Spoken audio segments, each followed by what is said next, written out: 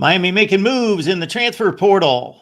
And happy holidays to all of you. Appreciate you being here. Special edition, if I could spit it out. Special edition, holiday edition, the voice of college football, Miami Live. Cam Underwood right next to me, of course, from the state of the U.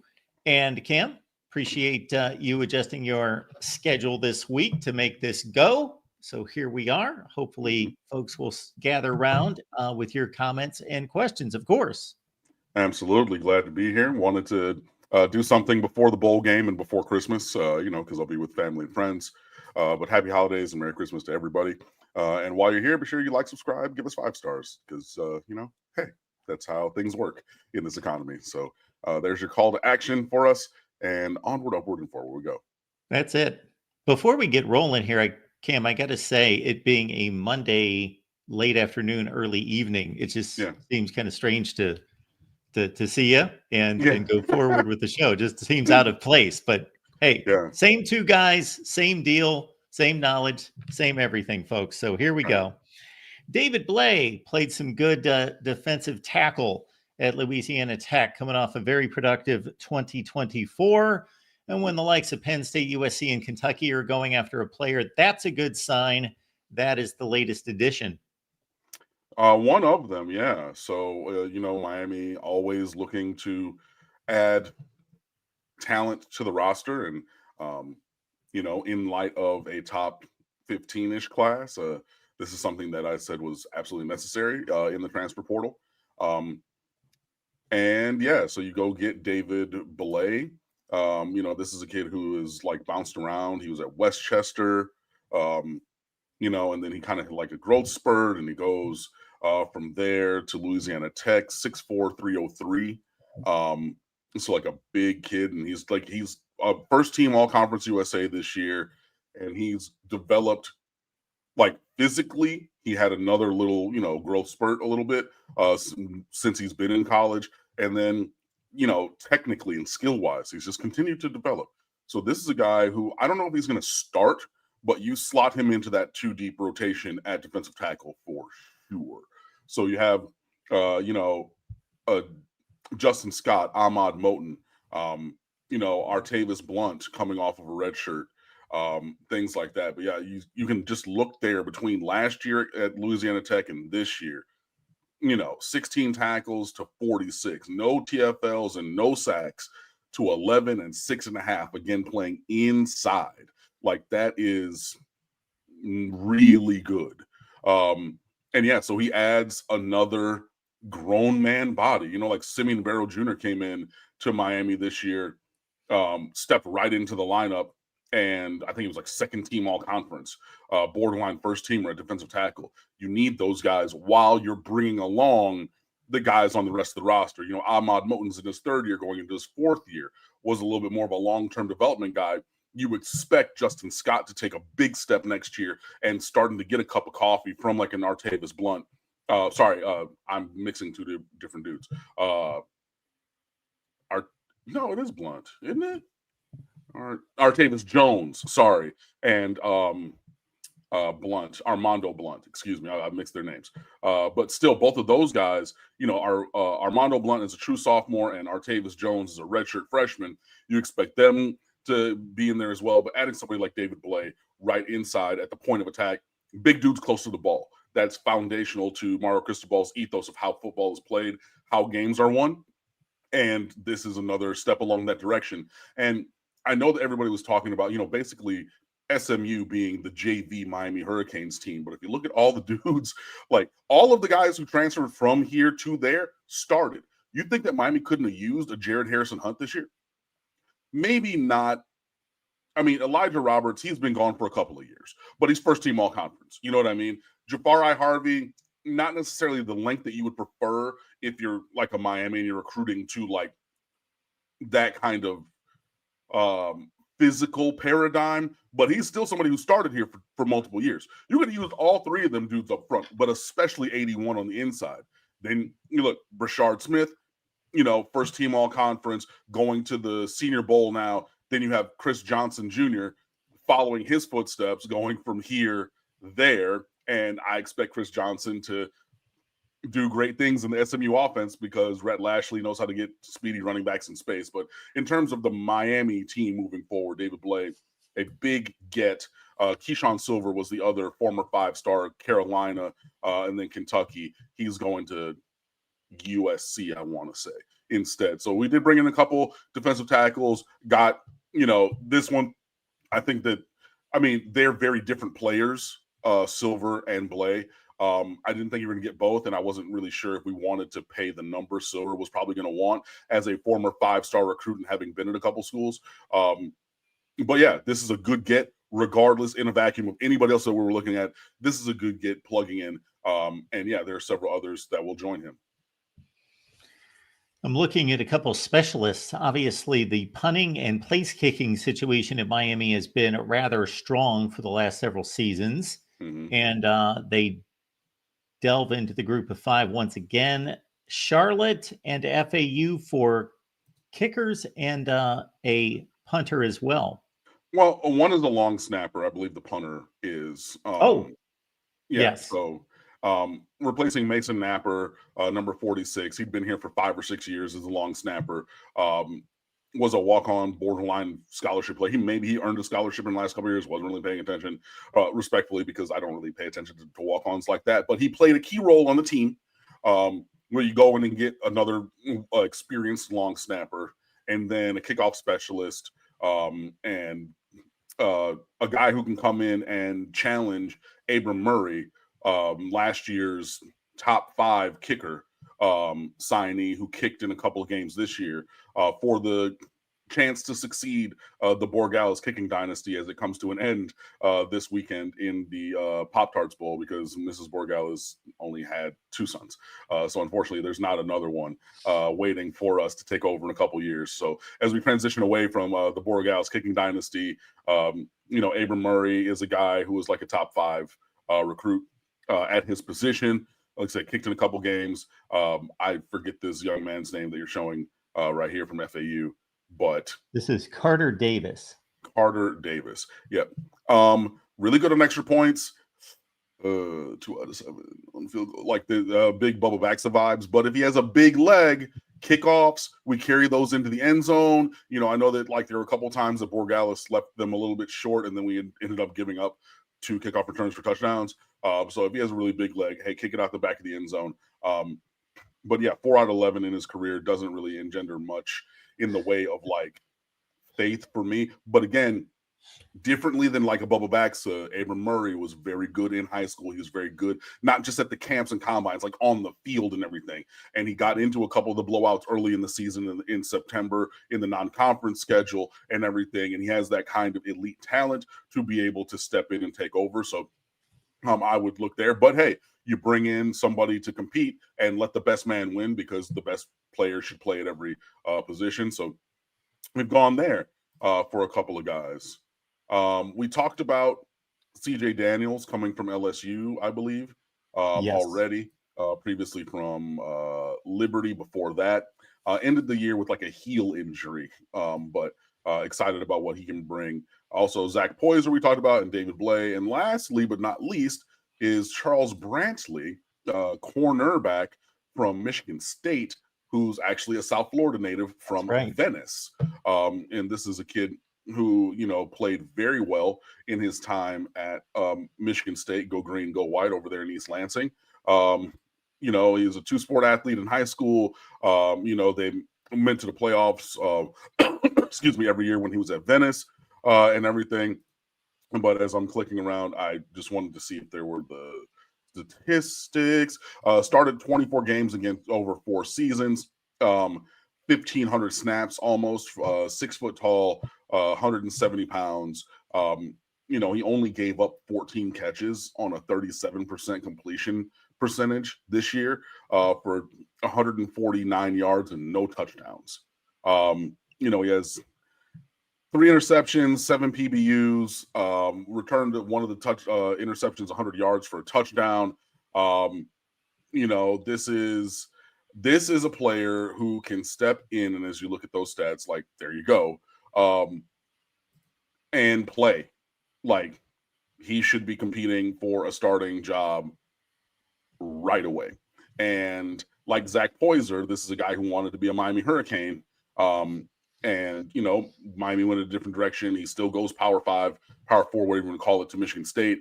Obviously redshirted in 23, battled an injury, but then came back this year. Scored on 2 interception return touchdowns. You see the one for 32 as a sophomore, and then 100 yards this year. 18 PBUs, 103 tackles, you know, a couple, you know, 5 tackles for loss. This is a kid that raises the floor at cornerback immediately. Like, you throw him into the fray. You know, we'll see about Jadis Richard coming back from his injury, Damari Brown, obviously OJ Frederick, you know, runner-up for ACC Defensive Rookie of the Year, a freshman All-American.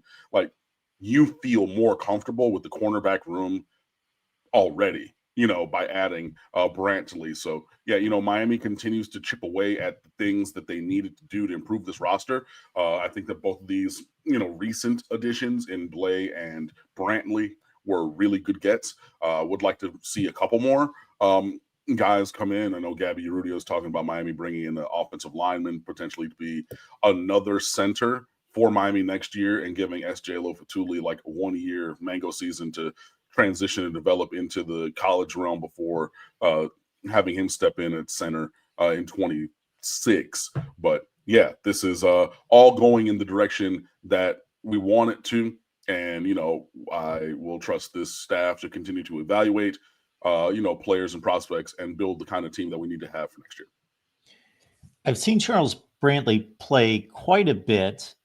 One particular play stands out. There are about 5 plays that are on the tip of my tongue, but there's one notable. And if you want to go back to this play, Miami fans, 2021, and this is during what turned out to be a 3-year run where obviously Michigan won the Big Ten championship 3 years in a row. They only lost 1 conference game during those 3 seasons. The conference game was in 2021. Excellent game. Kenneth Walker Jr. went off 5 touchdowns. Michigan and Michigan State went back and forth. I believe the final was like 38-33. Cade McNamara bringing Michigan down the field. He had a great game. Charles Brantley playing off his man, baited him, played off of his guy, broke free, picked off the pass that ended the threat and ended the game. So that would be a highlight to go back to. The Michigan State game right near the end of the game, to see Charles Brantley baiting the quarterback and ending a big Michigan State win over one of the best teams in the country. And with that, as you mentioned, if that was 2021, that was Charles Brantley's true freshman season. So if you're remembering, like, hey, there was this standout play from this game then, that was him as a true freshman straight from Venice, not even the player that we've seen him develop into over the course of the last, you know, subsequent 3 years after that. So, yeah, that's really encouraging thing, you know, to be able to leverage and lean on, and hopefully, yeah, have him step in as one of the leaders and really upgrade that position. And then, you know, I know Miami's added several corners in this current 25 recruiting class, giving them the ability to develop at their own pace, whatever that pace is. If it's OJ Frederick, I don't care who else is on this field. One of y'all's hitting the bench because I'm that guy. Or if it's, hey, maybe I take a rotation role, maybe I take a special teams role, maybe I redshirt, and then my timeline is a little bit longer than right now. Whichever one it is, and I will let that, as they hit the field and hit Greentree and, you know, the Sofer practice facility, I'll let that dictate what it is. But now you don't have to press people outside of what their natural timeline would be, because you have a Charles Brantley to be able to cover that. Comments and questions are welcome, folks. Please hit the like button as well right here at the Voice of College Football. Scheduling change for this week. If you just joined us, please go back to the beginning, watch the entire deal. All right. We were on the air together last week when it was announced that John Mateer had committed to Oklahoma. I've heard since then, I don't know if this is accurate, that Miami really went after him. Yeah, I mean, yeah, we were engaged in that for sure. Mateer is from Texas. The town he's from, I forget the name. It is inconsequential to me, but it's about a 2-hour drive from Norman, up there, kind of in northern Texas, and that was a factor. And also, I heard it reported by a couple of people. Mateer actually did not want to follow Cam Ward again. He felt that by taking over for him at Wazoo, he was already in like the shadow of his footsteps, and was like, I'm not going to go to Miami. And then it's always going to be, well, it's like, I'm not myself, I'm following Cam. Like, Cam Ward's name is always going to be associated with me. I'm John Mateer. I'm not, like, I don't have any siblings. You know what I mean? But if you're the younger sibling, oh, you're DJ's little brother. No, goddamn, my name is Javante. Like, I'm my own person. And there was a measure of that with him where he wanted to separate himself from that. I'm not following him. I am not the subsequent to, I am my own person, and I'm going to blaze that path forward at OU. So yeah, I applaud that. I understand that emotion. And yeah, Miami was involved there, but yeah, Oklahoma ended up being where he landed. And it was funny seeing, excuse me, both Washington State and Oklahoma people being salty that Miami was involved in that recruitment. And there was a Washington State guy who was like, yeah, again, claim, oh, there's tampering and da-da-da, and I'm going to lambast Miami. And I'm like, it's free agency and everybody does it, bro. Shut up, man. Like, whatever. You just, they think that by coming at Miami, because Miami's had this history where we were cheating and got caught, the Pell Grant scandal and other things. Hey, I'm not going to say it didn't happen, because it did, but I'm trying to ascribe that to us. That whole Catholics versus convicts. Oh, they're convicts. They're cheating in Miami. Da-da-da-da-da-da. Okay, but then again, you have all these other players going in the portal with the do not contact tags and then landing somewhere else immediately. But nothing to say about it. All right, bro. Well, that's a stand-up comment out of you, because truth be known, I'm sure every major college football program has cheated, and almost everyone has been caught at some time and penalized for it to some degree. So it's just, and then in the current day and age, as you mentioned, tampering is going on all over the place. Yeah, and I mean, if you ain't cheating, you ain't trying, and go look up, again, I bring it up because I think this is his magnum opus. Even though he's a great still reporter and writer and things of that nature, go look up Meet the Bagman by Stephen Godfrey from 2007-8. Read that again, and he was embedded with Bagman in the SEC. This is somebody who went to Ole Miss, who's from the South, right? And you can see obviously they didn't want to put their names on it. Go look at all that stuff. I've told the story on here that I have seen the text messages about this. Alabama boosters going in the middle of nowhere, stopping at the roadside cafe like it's Road to Perdition or something, ordering a cup of coffee, leaving, and it's a $40,000 briefcase that's 5 degrees removed from this player because the waitress is the cousin's sister's girlfriend, da-da-da-da-da. And I've seen the text messages about that specific player and that exact instance. I'm not just making this up. Bro, this has been going on. And now it's all above board, but you want to be mad at Miami because nobody wants to stay in Pullman, Washington. Bro, get out of my face. So with somewhat of an improvement from last season, standard development, let's say, out of Emory Williams during this spring and August camp, how comfortable are you going forward with him in 2025 versus wanting to go get somebody? I mean, I still think we need to go get somebody for depth at a minimum. I'm comfortable, but again, like we talked about on Wednesday, expectations are not the same if we go in with Emory Williams. Like, I'm not predicting 11-1 next year if he's the starter. I feel that we can get to, easily a bowl game, maybe 8 challenge for 9 wins.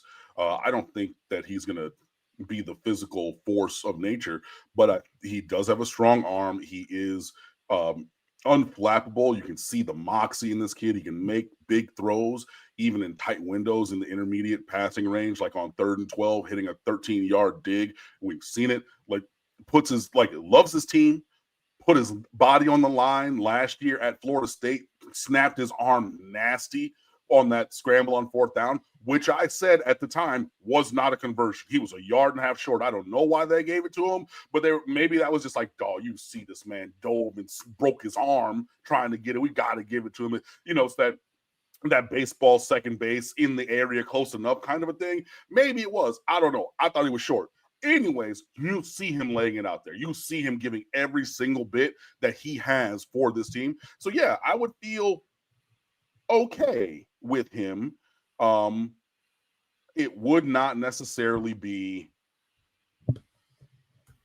I think that the ceiling is dropped if he's there as starter. A thing that I saw that is intriguing to me, I forget who said it. It was a national writer of some acclaim. I forget whom it was. Muhammad Hussein. Appreciate that super chat. We said, basically, Arch Manning is starting at Texas next year. Let it be known. It would be very interesting to see, depending on his draft grade, if Quinn Ewers came back and landed somewhere like a Miami. That is intriguing to me. It's not Cam Ward. So do not try to say that I said that. But Quinn Ewers, with his experience and his skills, with the offense and like a team that, is relatively comparable to what he was working with at Texas, like he would not come here and be bereft of talent around him. You know what I mean? That would be interesting. That would be intriguing to me. Seeing a lot of, I know people are still clamoring for Fernando Mendoza. And I've seen, people on other websites, people on other podcasts who are really sold on him. I think that that's a Columbus connection kind of a thing, honestly and truly. But seeing he's been trending towards Indiana in the last day, I think on 3, he was like 26% predicted to land at Indiana. When we went to bed last night, I woke up this morning, it was like 89% predictions of him going to Indiana, which would be very interesting because I think that he fits that offense, skill set, archetype of a Curtis Rourke really well. Now, with all these other, I gave you a long list of dudes that I would look at in the portal before Mendoza a couple weeks ago. At this point, with a lot of those guys going elsewhere, I'm willing to entertain the thought. But I agree with the process of we need to go down this list, and then if this is where things land, this is where things land. But we aren't starting, that was my pushback to hearing other people trying to sell him 2 and 3 weeks ago. Nah, buddy. Nah. We need to vibrate a little bit higher. And if those options go elsewhere, then maybe consider bringing him in. Okay, let's see what we've got here, because at the quarterback position currently available,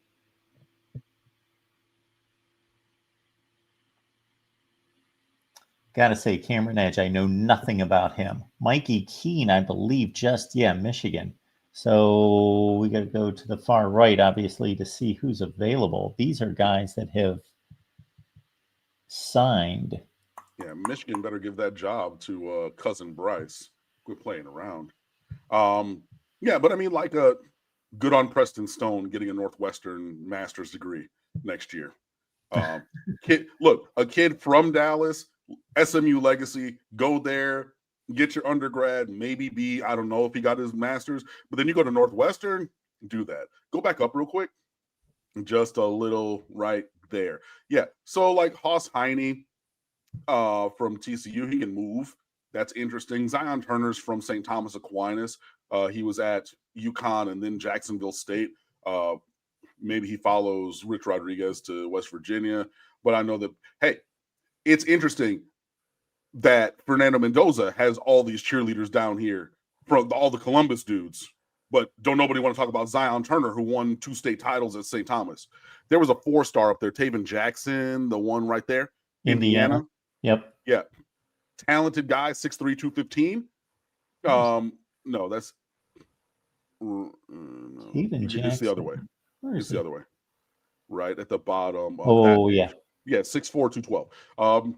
That's a guy I kick the tires on. He's very athletically gifted. I'm not sure necessarily how much he fits this scheme, but I think that there are options out there, and you can find somebody, unless you're really, really sold on Emery. And like I've been saying here, it is my personal belief that Miami wants it to be Emery next year. But you do need to go get somebody for depth. You cannot go into a season with 3 quarterbacks. Yeah, you just can't go into a season with 3 quarterbacks, full stop. So, there are some dudes out there, and, with, decent kind of talent. Zach Calzada and that cannon he has for an arm, that would have been interesting. Malik Murphy, buddy, what are you doing? And I can't, before, I could understand if Jonathan Smith was still there, who low-key is a very good quarterback developer and whatnot at Oregon State. And he's not there anymore. He's at East Lansing coaching, Michigan State. Go green, go white. What? That one to me, buddy, I don't get it. But, yeah, so we'll see who and where Miami gets another quarterback from. But I really do believe there should be someone else incoming this offseason. Quite interesting. Yeah, I don't really see a whole lot there, especially coming off a season with Cam Ward. It's just there is not a Cam Ward prospect out there. Even Bo Prabula, good on him landing at Missouri and leaving Penn State because, Drew Aller said he's coming back for next year. And Prabula's like, I've been the backup for 2 years. Like, this would be the normal line of ascension. Package player for 2 years, get in multiple games, you move on, whoever moves on, and then I step into the spotlight as a junior. You're going to stay? That means I got to go. And it sucks, but I got to do what's right for me. Good on him. But, yeah, there is not a Cam Ward talent that's in the portal, but it will be really interesting to see whom from the playoff teams, a la a Quinn Ewers or someone else, does end up in the portal as we come to the end of this window. Excuse me. So outside of any more transfer portal pickups on the offensive side, how would you compare, because to Mohammed's point here, the supporting cast, offensive line, weapons in the backfield, and on the perimeter, what projects to be the 2025 supporting cast versus what we saw this fall? I still think that there's a measure of development that's going to happen in the supporting cast. Offensive line is going to be it's going to be a strength. Again, you have Markel Bell sliding into left tackle. You have, still Francis Mawanoa at right tackle. Anes Cooper at right guard. Probably Matthew McCoy leading for left guard. And then you bring in a transfer at center. Then you have a Ryan Rodriguez as a rotation guy. Then you have Samson Okalola as a rotation guy. And, another couple guys who have been developing. I still think the offensive line is going to be an area for strength. Wide receiver-wise, I love, getting Daniels. He needs to get healthy, obviously. Would love to see, guys step up. In the bowl game, supposed to be probably the JoJo Trader show with Xavier Restrepo probably not playing in the game. It was said that he was debating a few days ago, but we are game week and haven't heard anything else. So I'm just going to believe that, no news is just continuing what it was, which is like, if you're uncertain at this point, you're not playing. And hey, do what you got to do for you. But hey, JoJo Trader, Nikar, look, because you're already so that means 2 of your top 4 receivers in Isaiah Horton, who's transferred to Alabama for the money. Go get your bag and play there. Hey, go do that. Good luck, Godspeed. And then Xavier Restrepo. So your top 2 receivers in terms of catches are not playing with Cam Ward in this bowl game. You ain't got nothing but time and opportunity. If you are someone else on this roster, if you are Sam Brown trying to put on another piece of film on tape so that you can try to go towards the league, if you are any of these young guys trying to break in, a Chance Robinson, JoJo Trader, Nye Carr, anybody, hey man, this is the beginning. They should be looking at this as the first game of the 25 season for them. Running back is comparable in talent, not as deep, because there were 5 guys in that room who could start in the Power 4 this past year. But to Muhammad's question, I think it's going to be comparable in terms of weaponry and talent on the offensive side of the ball. But with the change from Cam Ward to somebody else, I fully expect there to be regression to the mean. I do not expect Miami to have clearly by light years the number 1 offense in America next year. But I don't expect that regression to be like, oh, Miami's going to have a top 60 offense or anything like that. That would be falling off a cliff. I still expect a top 20, 15-ish offense with the kind of talent that there is still in Coral Gables. So, I think that, there is the ability for a quarterback, whomever it is, to be successful with this team. But yeah, this was the greatest quarterback season the Miami Hurricanes have ever had. Ever. It's not going to be that again next year, guys. I just want to burst the bubble, put it out there. Again, watch the show on Saturday. Enjoy the last installment of Cam Ward as a Hurricane, but know and believe, regardless of who lines up in shotgun, pistol, under center, whatever you want to call it, whoever lines up at quarterback next year, it ain't going to be like this. Yeah, I'm looking forward to seeing Cam Ward, and I am happy that he is going to suit up one more time, and Miami's going to be near full strength, and hopefully, I think Iowa State will be as well, I believe. I haven't really looked at that situation. I do think this is one of the better bowl matchups outside of the playoffs. Speaking of which, it's that time of year where, in addition to postseason football and the pursuit of a national championship, pundits like to look at these various teams and evaluate the results and evaluate conferences based on results. So what do you take away from Clemson and SMU's performance as it pertains to the ACC and by extension Miami? I mean, SMU was not good on the road this year. I was listening to Cover 3 podcast. Chip Patterson was saying, they had 14 turnovers in 6 road games this year. And playing in the cold was probably going to affect them. And you looked at a lot of those dudes on that sideline, and they looked cold, shivering. Kevin Jennings is a freshman, but he was a fish out of water. Deer in the headlights. That kid laid such an egg in that game for a kid who was balling all year long. That 4th down incompletion, that's a walk-in touchdown to the tight end on the first drive. Going for it on 4th down way deep, I'm not mad at it. But you can run for the first down because you're going to get there, and he's wide open. I see the decision to throw. Bro, we got 7 right there. And you missed that throw. You yank it and everything. It was just, then he's just throwing pick 6 after pick 6 after pick 6.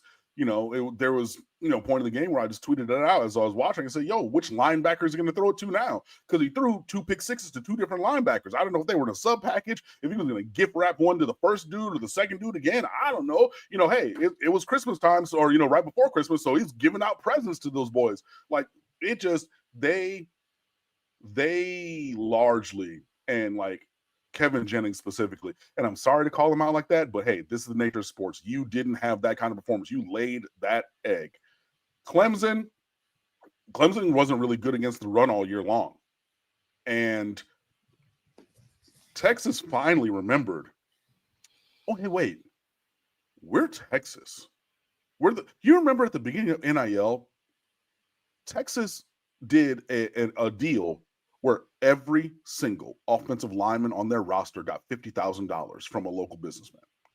Every single one per year, by the way, right? And they already have a very, very good offensive line. That offensive line is blue chip central, bro. That is, if you're running a college football 25 dynasty, that's the way you want to look. 4-star next to 5-star next to 5-star next to 5-star next to 5-star next to 5-star. Oh, my bad. I said it too many times. Wait, no, I was talking about the second team behind them. And then they said, look, we're going to do it and we're going to run it. I saw somebody who tweeted, I think it was a guy from either Pro Football Focus, The Athletic, one of those two, but he was like, I wrote in my preview this week that Texas's outside zone scheme would eat Clemson alive. And then he quoted, like he took a screenshot of part of his piece, sent it again. The next play, wide zone touchdown to the right. The one that Wisner cut back on the dude at like the 8-yard line. And then it got down late. It's a 7-point game. What did they do? Wide zone to the left, 77 yards, ball game. But that's really what Clemson gave up this year. And Clemson was not a championship caliber team this year. They were not. They got there because, whatever mental block everybody else in the ACC has, they won the conference, but they were not a championship caliber team. This is clearly multiple steps back from what they were. And I don't, I was really more disappointed in SMU because they laid the biggest egg of the group. In terms of overall, like, it doesn't look good, but all 4 home teams won, and they weren't close games in the first round. So there is a measure of like, that home field advantage in the first round. And styles make fights, and I think that both of those teams were at a disadvantage in terms of the style that their opponent played. In terms of like the committee getting it right, they did. They absolutely did, because the teams won games on the field this year. I believe it's asinine for Kirk Herbstreit to talk about evaluating the wins only and disregarding the losses. And look, I get it. You work at ESPN, you got to carry the SEC's weight. And I get that like people's opinions change over time. He went exactly against himself from years ago, right? Where he made the exact opposite argument multiple times on air. Like, dude, and he's like just changed his tune wholesale, and there's like not even been progression or anything. It was just like at the end, like you just want to call people out and everything. I don't agree with it, but I think that the committee got it right.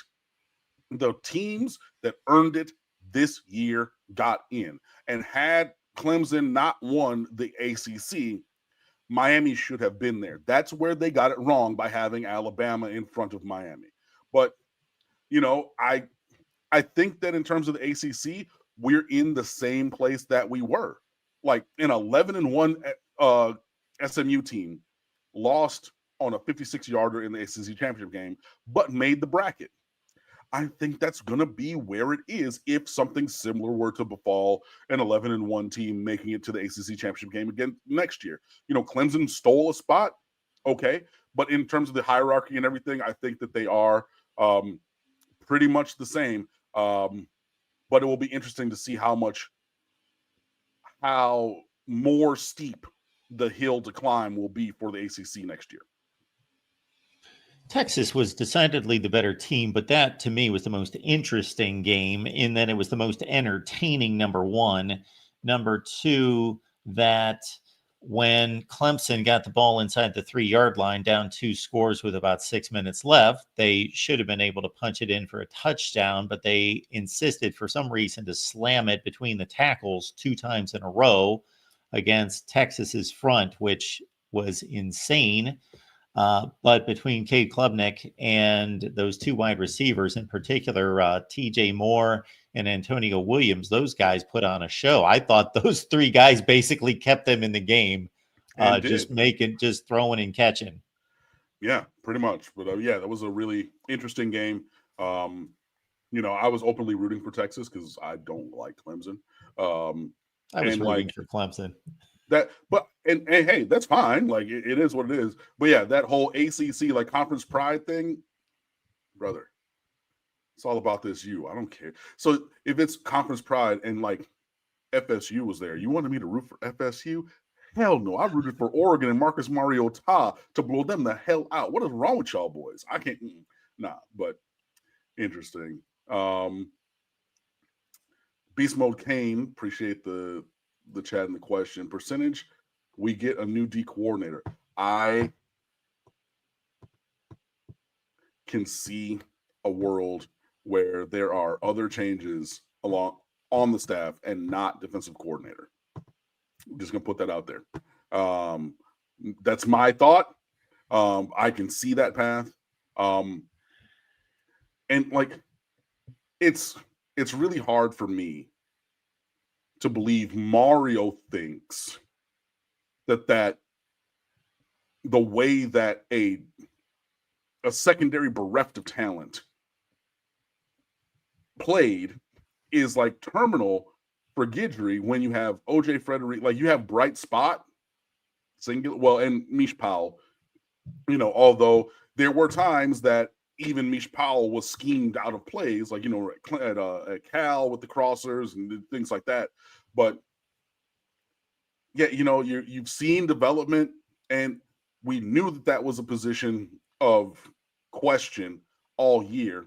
You lose Damari Brown after 18 snaps in the opener. He doesn't play again until Syracuse. You lose Jadis Richard, who was actually playing really well and getting better pretty much every week as well. So a position of weakness got weaker and everything. And then you look at Cam Kinchins in the league, 8th most tackles from safety in the past 5 weeks. He's had multiple game-winning interceptions, things like, was he perfect? No. Was not perfect, but he was a damn sight better than what we had at safety. Like, I would have given my kingdom for a Cam Kinchins over Jaden Harris. And yes, I know he's moved to linebacker, but James Williams had a career high in tackles last week, as in yesterday on Sunday, as we're talking on this Monday evening. But yeah, man, I don't know. I hate it. I hate the way that the secondary played, but I am not sure that Mario is going to throw the baby out with the bathwater in that instance. So for me, percentage, I would say under 50. I just have that feeling. I would say I would put it more around the 25, like 1 out of 4 times. Like if this was college football simulator and you simulated the offseason 4 times, you might fire him once, but I think that the relationships are valued. I think the continuity is valued. And, like Lance Guidry got Jabari Antoine out of Louisiana in this class. He got Dylan Day out of Louisiana last class, who played awesome on special teams and will be pushing for time on the field next year at the expense of other people, looking at you, Jaden Harris. You know what I mean? So I am not trying to say that what we saw from the defense this year was good. It wasn't. It absolutely was not. I'm just not sure that Mario views changing the defensive coordinator as foundational along the path of development there. Folks, we have the same situation next week. We've got a major holiday on show night Wednesday, so Cam and I will make an adjustment and do our best to get together probably earlier in the week. So that's why you subscribe, hit the bell for the notifications to know when we go live. You will get notified when Cam and I decide when to get together next week after the Pop-Tarts Bowl on Saturday night. Saturday night from Orlando. Enjoy for all those who are going. I am not. I will be enjoying it from the comfort of my couch. But as always, bleeding orange and green, and watching the Hurricanes and tweeting through it all. So we're going to have some preview content go up on the website and more. I know we've had Monday musings the last couple of weeks. I have taken a little bit of a step back because y'all already know signing day is a lot. And honestly, I was pissed off after not making the ACC championship game. So I was going to put up like a watch thing, and I did the final. Look, Miami didn't make the playoffs, piece or whatever. But, I'm going to be there. We're all going to be there. And you can always come fan with us at stateoftheu.com. On all of our socials, we're at The State of the U. My personal Twitter is at Underwood Sports.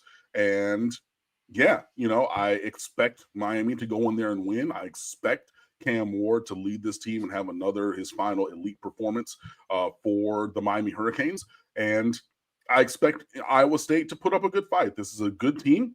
Won 10 games, made it to their conference championship game, which is something that Miami cannot claim in their season. But, getting to 11 wins for the first time in 20 years is I believe should be a certainty by the end of the night on Saturday. And yeah, we'll all join together and watch that happen and enjoy the show. So yeah, if you are going, please do enjoy. It is the last time you can see these Canes in person until the spring game, if not next fall. So, yeah, we're all going to enjoy that, and you should always be enjoying this. So be sure you like, subscribe, hit the bell notifications, and we will check you guys one last time in this calendar year at the beginning of next week.